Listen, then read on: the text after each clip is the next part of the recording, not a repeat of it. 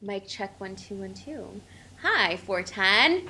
We're group 3, and today's final presentation will be on Lam Research.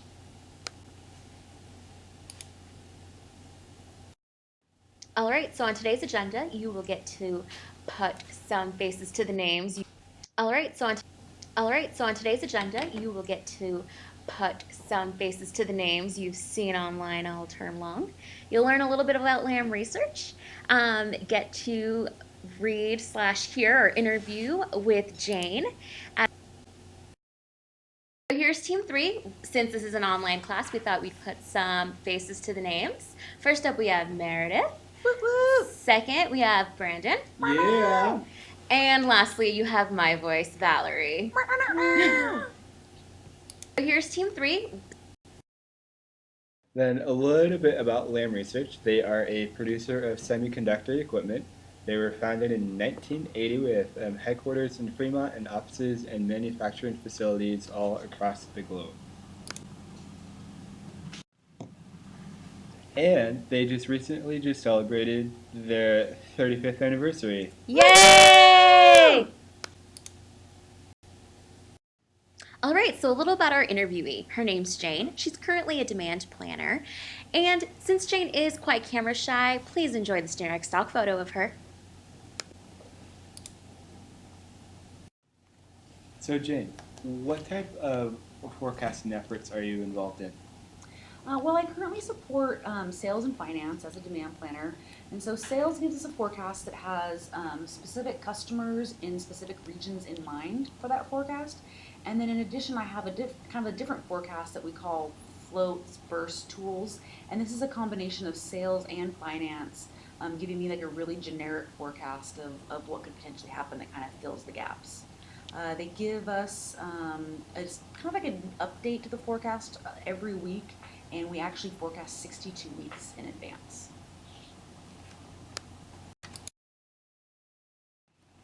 What factors are used when determining the forecast? The forecast that comes from sales and finance, that's kind of predetermined based on the customer, where they're at, and kind of where the customer is moving forward in the industry. But when we get the forecast, um, we kind of use current history or the most recent history that we have for that customer in that region. So, for instance, if we were selling cars and the customer um, was forecasting 5 cars coming up in the next quarter, we would just plan on kind of replicating the last car that they purchased from us. And that just makes it easier, kind of keeps us up with the most to-date technology for that item.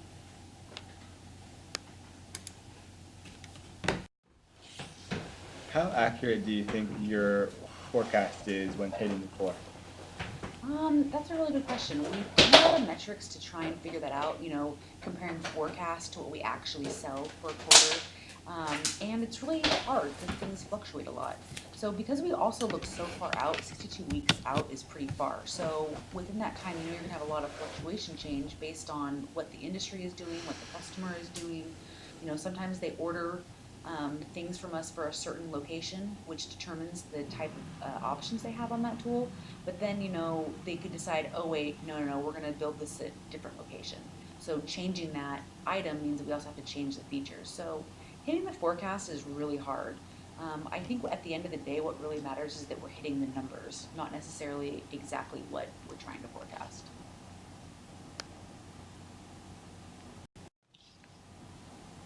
How is the data organized and presented? When a sales forecast is viable and demand planning can actually do something with it, it's really well organized. We get a message through CRM, which is a module within SAP, and it kind of signals us to do something. And so it comes over in a very organized manner. So there's no scrubbing or sorting or trying to figure out what needs to happen. It's very clear.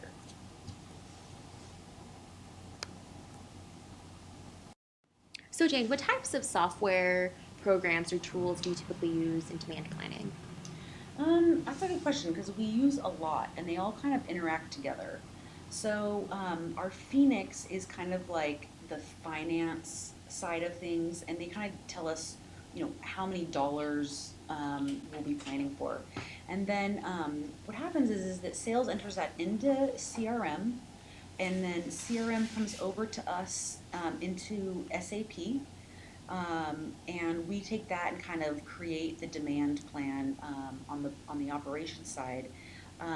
We can pull this out using Excel, and then we can also play around with the forecast and like move stuff around to different quarters, to different weeks, to try and optimize operations. And that's what we do through Kinaxis.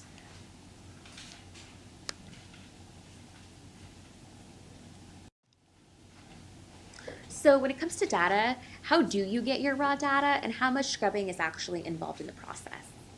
That's a good question. Luckily, we don't have a lot of scrubbing or raw data to deal with. Sales sends it over. It comes, like I said earlier, it comes like in a really organized manner through CRM, and it's an actionable item. So we're not searching around on the sales forecast side to like try and figure out what's happening. When we get deeper into specific components and materials needed down the line, then that can be a little bit tougher to kind of sort through, but it's really well organized, and that's just because we set up our reporting through SAP. And so, yeah, IT helps us a huge amount in just setting everything up perfectly for us.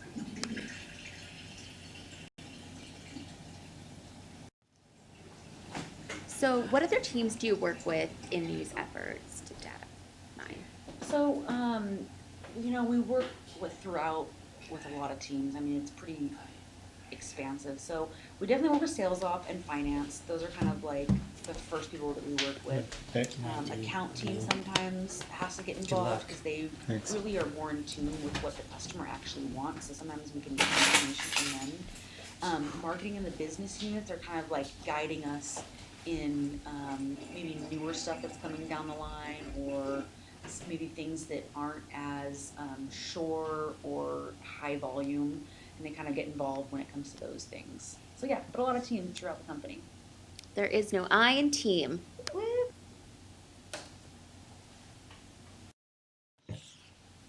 Can I ask you if you have to present the data to anybody?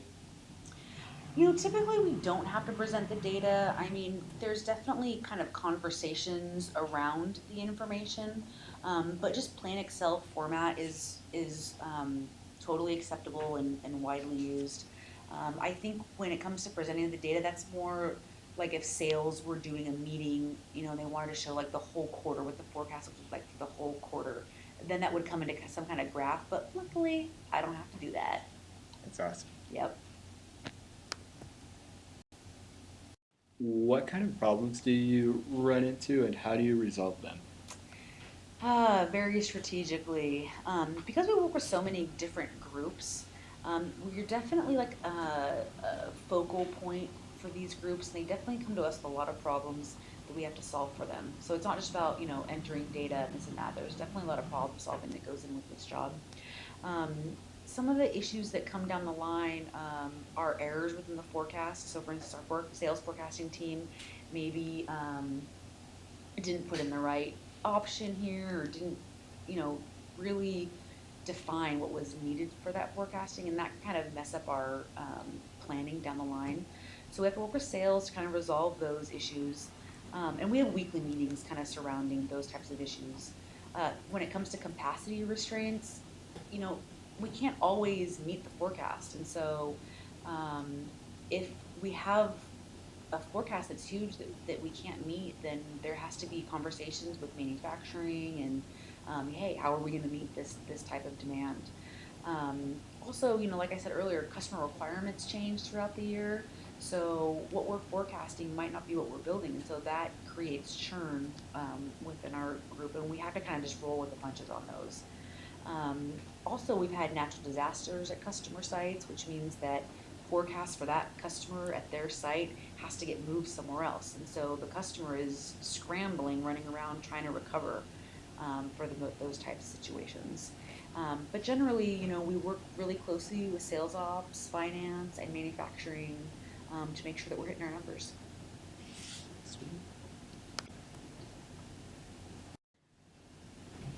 So, in terms of capacity planning, how do you prepare for forecasts and demand fluctuations?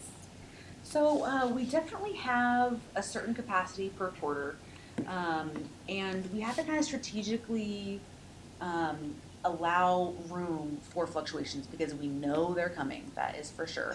And so one thing that we do is we kind of create burst and float tools, which are really generic tools that we can build and then maybe later on reconfigure to change, although that's a huge pain in the butt, but we still have that option. And then for forecast opportunities, we really only use like 80% of our capacity for forecast opportunities. Once they become like a real committed opportunity, then we can book up to 100% capacity. But when we're looking 62 weeks down the line, 42 weeks down the line, we're really only booking 80% of that capacity so that we have room to change things. And hopefully it goes up and not down.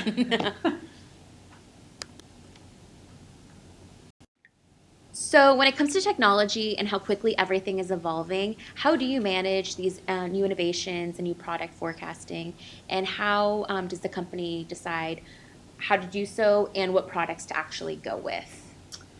um, That's very complicated. Because we deal with semiconductors, we do have tons of high tech, and it can be challenging. And so what we've kind of done is we've taken a lot of like new product, um, and kind of separated it from high volume manufacturing. So when it comes to demand planning, we have a kind of a set aside capacity, but that's kind of heavily involves the customer and sales and the business units. There's no real specific timeline as to when the product needs to be finished. But we've kind of just removed that from our high volume manufacturing versus our, we call it pilot manufacturing. And it's really hard to tell. I mean, we just don't know because new products um, might need more testing. New products would be just for a specific customer. It's really a sensitive subject. So that's why we kind of keep it separate from the high volume. All right, thank you.